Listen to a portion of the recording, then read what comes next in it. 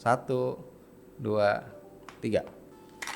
Nah, itu yang gue maksud. Bismillah, alhamdulillah kita ketemu lagi bareng gue Romi. Kalau kita ngomongin teknologi, memang ya brand China itu luar biasa. Di handphone ya kita udah tahu ya gimana kualitas kameranya, gimana mereka bisa bikin baterai yang gede dengan dimensi yang tipis. Terus di mobil juga ya, mereka bisa bikin mobil listrik yang melebihi teknologi negara-negara lainnya. Itu pun berlaku di handheld. Dan ini adalah Aya Neo 3 yang menurut gua sebenarnya ini sangat-sangat menarik, tapi di awal gua langsung bilang ini bisa dibilang device yang overpriced karena teknologinya memang baru banget, chipset yang dipakai juga baru banget. Yuk langsung aja kita bahas.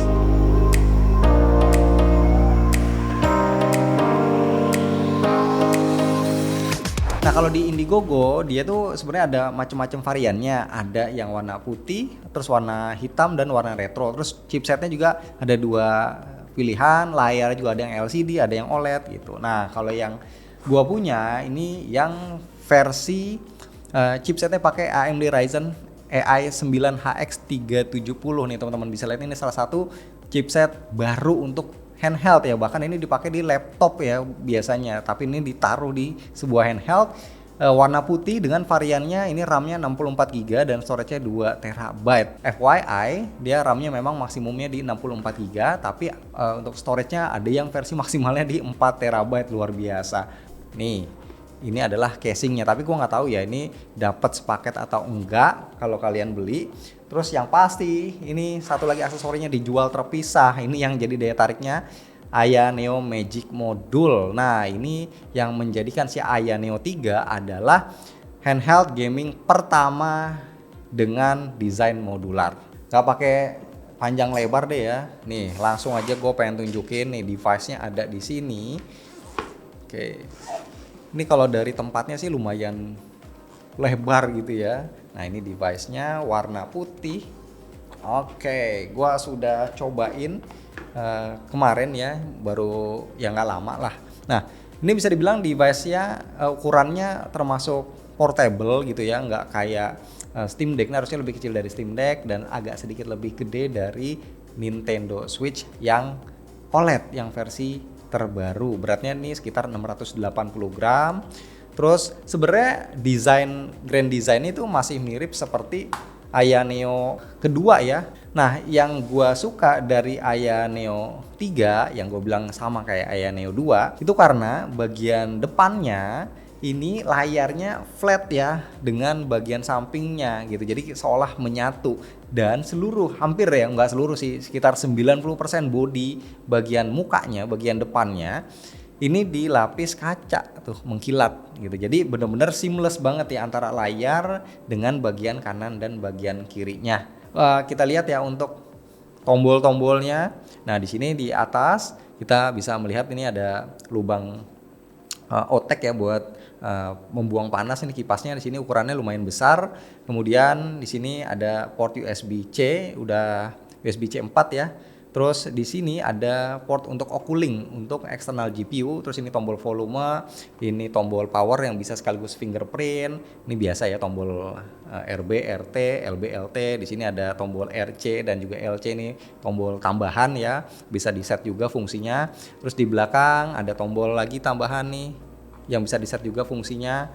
Terus standar ya, di sini ada speaker 2 untuk tombol-tombolnya. Di sini ada tombol layout Xbox, analognya seperti ini. Terus ini gue pakein keycap ya, ini keycap bawaan dari Aya Neo. Terus di sini ada tombol start, tombol select. Kemudian di sebelah kanan ini ada tombol Aya Neo-nya untuk manggil softwarenya dia. Terus di bawah ini kita bisa masih menemukan ada jack audio di sini, kemudian ada slot micro SD, terus ada satu port lagi USB-C dan ada satu tombol, ini tombol untuk konfigurasi mode kontrolnya, dan ada satu lagi nih yang gue mau kasih lihat nih ya. Ini tombolnya gue akan tahan. Kita pencet ya. 1, 2, 3. Nah, itu yang gue maksud. Bisa copot, ini yang gue maksud modular yang menjadi keunggulan dan keunikan dari si Aya Neo 3 ini. Nah, kita bisa ganti-ganti. Ini dijual terpisah ya, kalau nggak salah harganya sekitar 100 sampai 130 dolar ya. Nah ini gue dapet yang warna putih senada dengan device-nya. Jadi kita akan lihat di sini. Ada juga yang warna hitam ya by the way. Nah ini tuh disediakan ada beberapa jenis gitu. Jadi kita bisa nih pakai model yang seperti ini, model trackpad ya. Kita pakai trackpad dua-duanya untuk main game first person shooter atau mungkin main game RTS ya, strategi kayak gitu. Ini kita bisa pakai. Kemudian ada yang sebenarnya ini kelihatannya sama kayak bawaannya ya, tuh normal-normal aja, tapi sebenarnya beda feel beda feel pas kita pencet tombolnya. Kalau yang tadi sudah terpasang ini dia pakai bahan membran, jadi kalau ditekan itu kayak klik gitu ya, ada klikinya, sensasi klikinya. Kalau yang ini kayak tombol pada umumnya. Ada lagi yang seperti ini, di padnya ini bisa 8 arah kayak di padnya controllernya Xbox ya.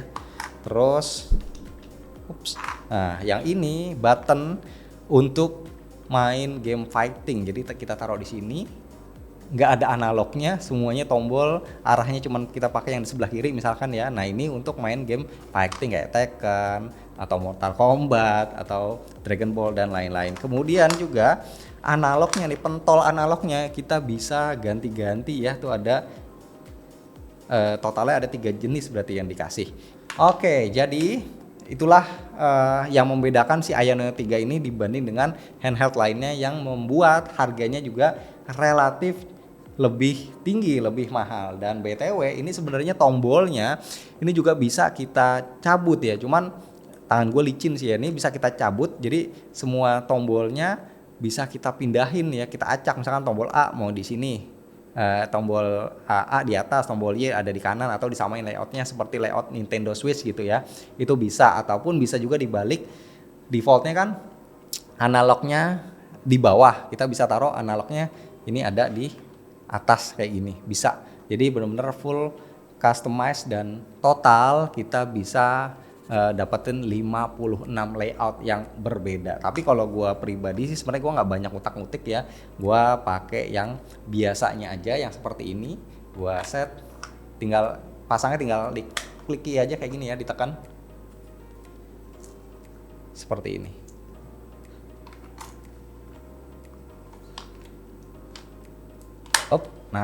Nah selain Magic Module ini, yang gua suka juga dari Aya Neo 3 adalah dari menu Aya Neo-nya kita punya opsi untuk milih mode controllernya. Jadi di sini ya teman-teman bisa lihat ada mode custom, ada Xbox controller mode, ada keyboard and mouse. Ini contohnya kayak gini ya, gue bisa pakai analog sebelah kirinya ini sebagai pointer untuk mouse-nya tuh, teman-teman bisa ngelihat pointernya, atau bisa pakai yang ini juga nih ya.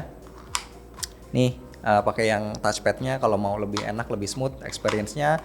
Dan ketika kita mau ngetik nggak usah ribet-ribet manggil keyboardnya, tinggal diklik aja analog kiri seperti ini tuh, langsung nongol, kita tinggal ngetik. Nah jadi ini yang menurut gua bikin enak ya untuk navigasi, baik pas kita lagi main game ataupun pas kita lagi ada di Windows, disediain modenya intuitif seperti ini. Nah mumpung bahas Aya Neo softwarenya, jadi sekalian aja gue kasih lihat nih. Ini sebenarnya basicnya masih sama kalau teman-teman pengguna Aya Neo ya, ini kurang lebih masih mirip. Di bagian atas ada mode performance. Ini untuk Aya Neo 3 kita dikasih pilihan extreme, balance, atau saving power. Kita bisa bikin custom sendiri, sama lah seperti kebanyakan handheld gaming yang lain. Dia kalau tidak tercolok dayanya maksimumnya di 30 watt, tapi kalau kita sambil colok, sambil ngecas itu bisa up to 35 watt. Dan kipasnya ini menurut gua udah tes cukup kencang dan efektif, adem. Jadi kalau gua main di 25 watt aja itu suhunya tetap di bawah 70 derajat Celcius ya, dengan suhu ruangan di 25 derajat sampai 26 derajat Celcius.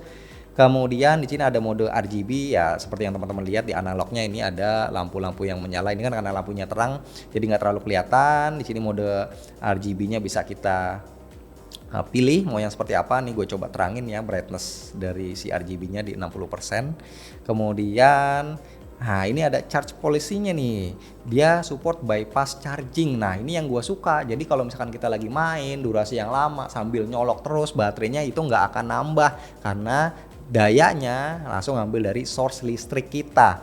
Itu enaknya, nggak bikin baterai gampang bocor. Nah, kemudian ada magic module yang tadi kita udah coba. Dan di sini juga ada mode vibrasinya, bisa pilih low, medium, atau high, atau dimatiin juga bisa. Dan menurut gua, motor vibrasi di Aya Neo 3 ini adalah yang the best ya, yang pernah gua coba. Karena feel-nya ini bener-bener nyaman banget ya, empuk banget, vibrasinya tuh berasa tapi nggak kenceng, nggak bikin tangan geli gitu ya, nggak kasar, nggak sember, luar biasa lah. Terus yang juga gua amazed dari si Aya Neo 3 ini adalah speakernya. Tadinya gue pikir ROG Ally itu yang pertama, terutama itu speakernya emang udah keren banget ya, salah satu yang paling lantang. Dan ketika gue dengar suara dari Aya Neo 3 ini, wah luar biasa banget kualitasnya. Kita coba ya.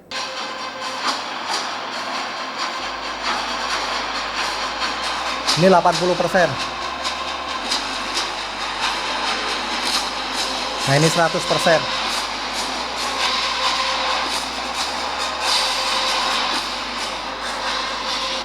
Ya jadi suaranya menurut gue nih gede banget, lantang banget. Bahkan gue kalau main di rumah itu biasanya nggak nyampe 50%, itu udah cukup banget ya. Karena kalau di atas 50% gue merasa keganggu ya, ngeganggu orang lain.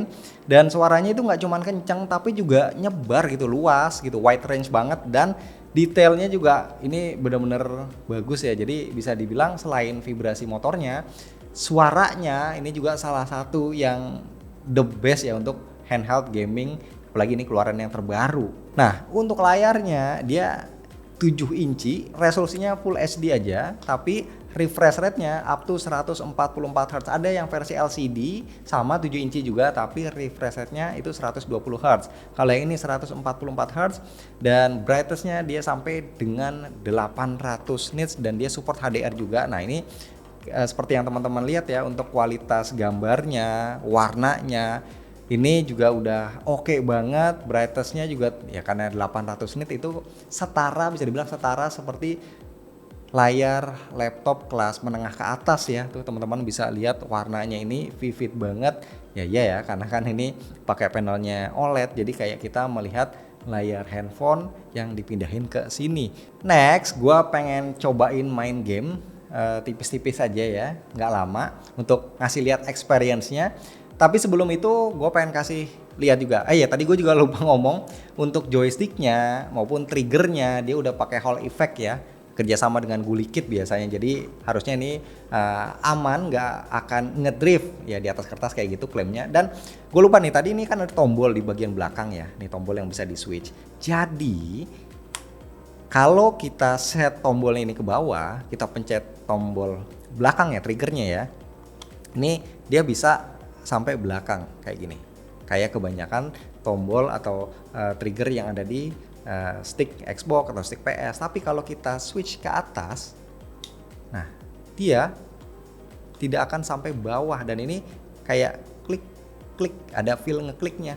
Nah ini dia bisa ngasih dua sensasi yang berbeda. Teman-teman lebih suka yang mana? Kalau misalkan lebih demen kayak game shooter, mungkin yang ngeklik kayak gini lebih enak. Tapi kalau misalkan kita pengen main game racing, nah seperti yang biasa kayak gini, bisa sampai bawah. Nah sekarang gue cobain main game. Ini gue pakai Assassin's Creed Shadows karena memang belum banyak game berat yang gue install di sini. Ini gue pakai profilnya yang balance aja. TDP-nya gue set maksimumnya di 22 watt biar nggak terlalu panas-panas banget ya. Dan fan-nya juga gue pilih smart profilnya, jadi nggak terlalu berisik.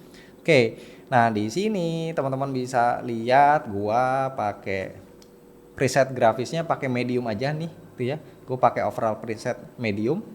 Kemudian displaynya ini gue pakai 900p, terus gue pakai FSR quality, dan gue nyalain frame gain-nya juga ya. Nah enaknya karena kan ini layarnya 1080p ya, jadi kalau kita turunin ke 900p atau bahkan 720p pun sebenarnya masih cukup oke, karena layarnya Full HD dan cuman 7 inci, jadi masih kelihatan fine aja dengan resolusi 900 atau 720p.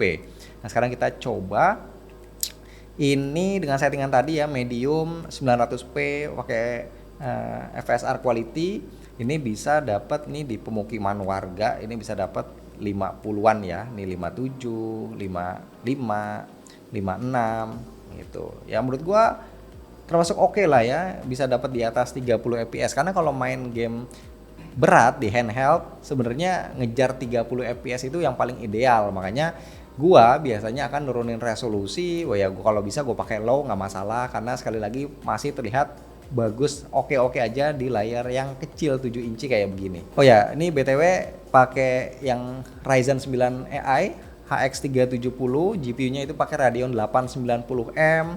Terus ini RAM-nya 64GB 7500, dan untuk SSD-nya dia pakai 2280 ya. Ini yang 2 terabyte.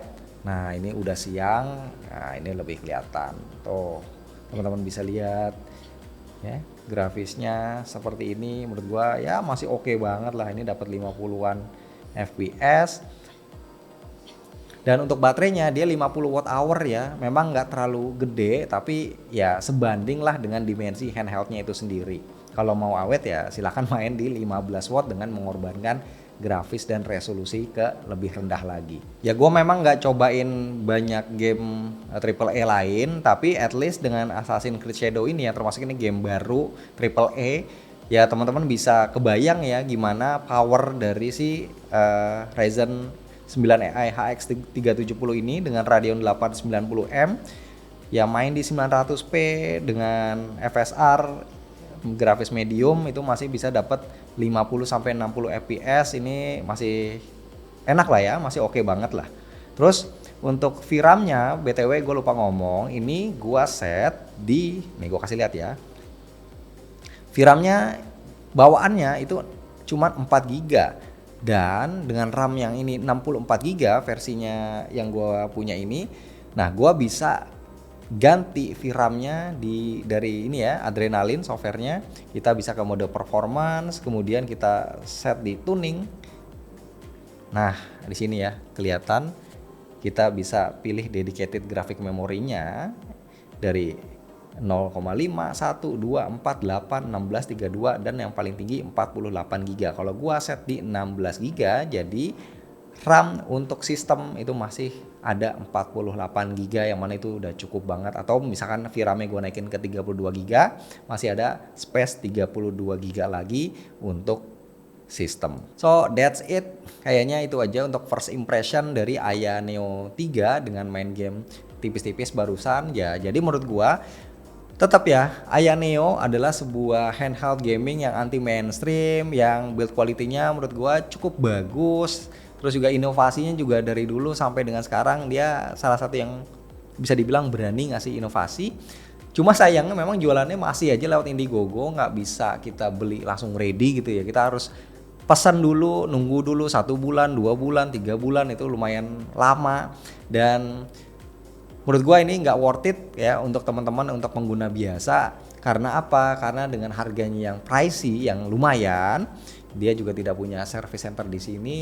Jadi tentu saja akan jauh lebih rasional kalau memilih handheld yang resmi di sini kayak ROG Ally atau Lenovo Legion Go atau MSI gitu ya. Tapi sekali lagi kalau buat yang doyan anti mainstream, pengen beda dan pengen nyobain inovasi terbaru, ya memang Aya Neo ini dari China dengan China pride-nya ini tidak segan-segan memberikan inovasi yang paling baru, yang canggih, yang belum bisa dikasih oleh kompetitornya.